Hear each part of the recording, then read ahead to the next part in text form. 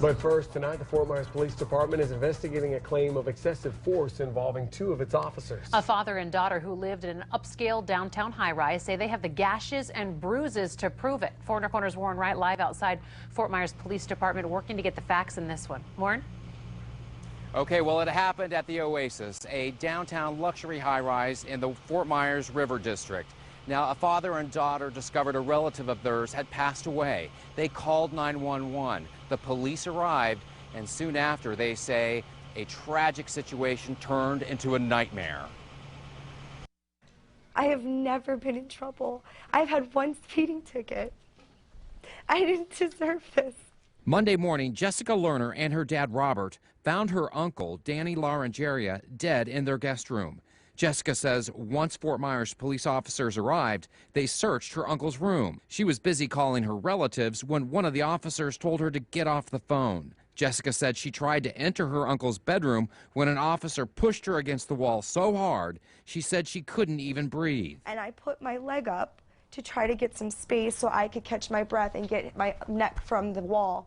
And he took me back and he pushed me into the wall. My whole leg went into the wall.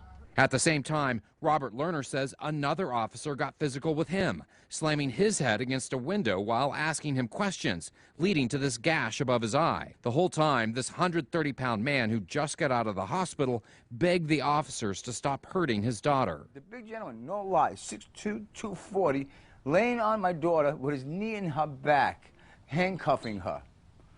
I asked him to get off her. Robert said the officer threatened to tase him if he didn't be quiet. And I kept telling him, please, you will kill him if you tase him. Eventually, the officers arrested both father and daughter and took them to jail for resisting an officer, obstruction without violence. But the cut marks on their back, the bruises on their arms, and the gashes on their heads seemed to tell a different story. And after getting out of jail the next day, they came home to find their gated high-rise condo ransacked. My ring was missing, and 3 guns were missing.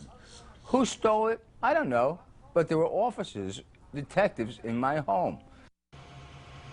Well, we asked the Fort Myers Police Department for an incident report, but because the Lerners had filed a claim of excessive force, the FMPD is not able to release that incident report as well as make any comment at this time while there's an investigation. In the meantime, the Lerner family has acquired 2 separate law firms, one to handle criminal and the other to handle civil issues.